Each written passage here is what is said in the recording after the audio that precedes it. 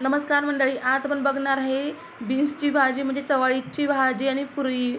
यूट्यूबवर पहिल्यांदाच अशी रेसिपी तुम्ही पाहिली असेल, इतकी टेस्टी लागेल ना विचारू नका। चला तर मग सुरुवात करूया। काय करायचं आहे, इथे ग्रेव्हीसाठी साहित्य घ्यायचं आहे। कांदा, एक दोन कांदे घेतलेले छोटेवाले, टोमॅटो घेतलेला आहे, अगदी थोडंसंच खोबरं घेतले, 2 चमचे खोबरं आहे इथे, आणि 7-8 पाकळ्या लसणाचे आहेत ते ओव्हनमध्ये भाजून घेतलेले आहे। तुम्ही तव्यावर भाजू शकता किंवा चुलीवर भाजलं तरी एक नंबरच। त्याची पेस्ट बनवायची, छान अशी स्मूथ पेस्ट बनवून घेतलेली आहे।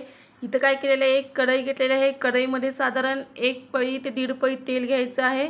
तुमची जर पेस्ट जास्त असेल तर तुम्ही थोडंसं जास्त घ्या। इथं मी 1 पळी तेल घेतलेलं आहे आणि दुसरी पळी एक मी तेल घेणार आहे। बघू शकता इथे 2 पळी तेल झालेलं आहे आपलं।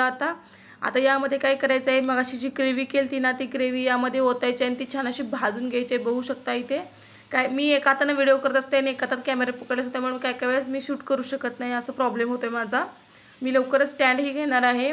आणि बघू शकता आपली ग्रेव्ही छान अशी भाजलेली आहे। अगदी तेल सुटायला की समजून जायचं की ग्रेव्ही जी आहे आपली भाजलेली आहे।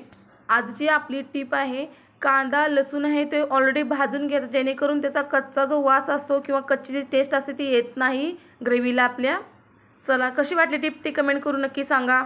इथं मी 2 चमचे कांदा लसूण मसाला घेतला आहे, म्हणजे चटणी घेतलेली आहे। माझी चटणी खूप तिखट नाही झाली, त्यामुळे मी जास्त वापर केलेला आहे। तुमची जर चटणी तिखट असेल तर तुम्ही कमी वापरा। छान असं हलवून घेतलेलं आहे। त्यामध्ये आपण काय करणार, धन्याची पावडर त्या घालणार आहे। घरात केलेली धन्याची पावडर आहे।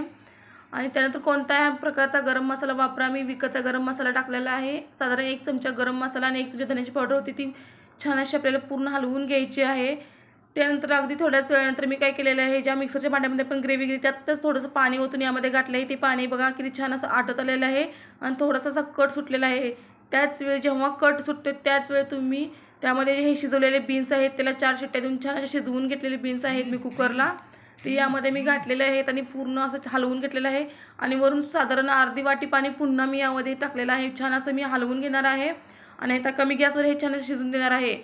त्यानंतर अगदी थोडंसंच मीठ घालायचं चवीप्रमाणे, कारण आपण शिजवून घेताना ऑलरेडी मीठ घातलेलं असतं, त्यामुळे काय होतं आपलं पटकन शिजलं जातं आणि छान असं मऊ पूर्णसारखं शिजतं, म्हणून मी ऑलरेडी मीठ घालते प्रत्येक कडधान्यामध्ये।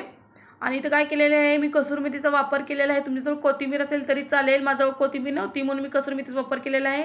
बघू शकता 2 ते 3 मिनिटात बघा आपलं तेल छान असं सुटायला लागलेलं आहे इथे। आणि पुन्हा एकदा मी त्याला हलवून घेणार आहे आणि तसंच ठेवणार आहे। इकडे काय केलेलं आहे, एका गॅसवर कढई छान असे तेल गरम केलेलं आहे। इथे पुऱ्या तळण्यासाठी तेल ठेवलेलं आहे आणि ह्या रेग्युलर चपातीच्या पुरी आहे, बघू शकता इथे। आणि ही प्युअर गव्हाची पुरी आहे, मी ते दुसरं मैदा वगैरे काही वापरलेलं नाही आहे, तरी सुद्धा बघा आपली पुरी किती छान होणार आहे बघा। इथं गव्हाची पुरी करायची कारण हेच की मैद्याच्या पुऱ्या जर आधी करून ठेवल्या तर कसं होतं, ते रबऱ्यासारखं होतं, छान होत नाहीत। म्हणून मी नेहमी जर पाहुणे कोण येणार असेल ना, जर मला ऑर्डर करायची असतील तेव्हा मी चपातीच्या कणकीचेच म्हणजेच आपल्या प्युअर गव्हाच्या पुऱ्या करत असते नेहमी। बघू शकता इथे आपली पुरी तयार झालेली आहे। पुरी थोडीशी भाजत आली की तुम्ही गॅस जरी कमी केला तरी चालेल, जेणेकरून काय होईल, तुमचा कलर आहे तो छान असा राहील व्यवस्थित, जास्त डार्क लाल दिसणार नाही आहे इथे। बघू शकता इथे आपली ग्रेव्ही ही खूप छान शिजलेली आहे, छान असं कटलेलं आहे। बघू शकता इथे मी ताट तयार केलेलं आहे, छान अशा पुऱ्या आहेत इथे टम्म फुगलेल्या, आणि सोबत आहे बीन्सची ग्रेव्ही आणि तोंडी लावण्यासाठी हे कांदा। कसं वाटलं जेवण हे कमेंट करून नक्की सांगा।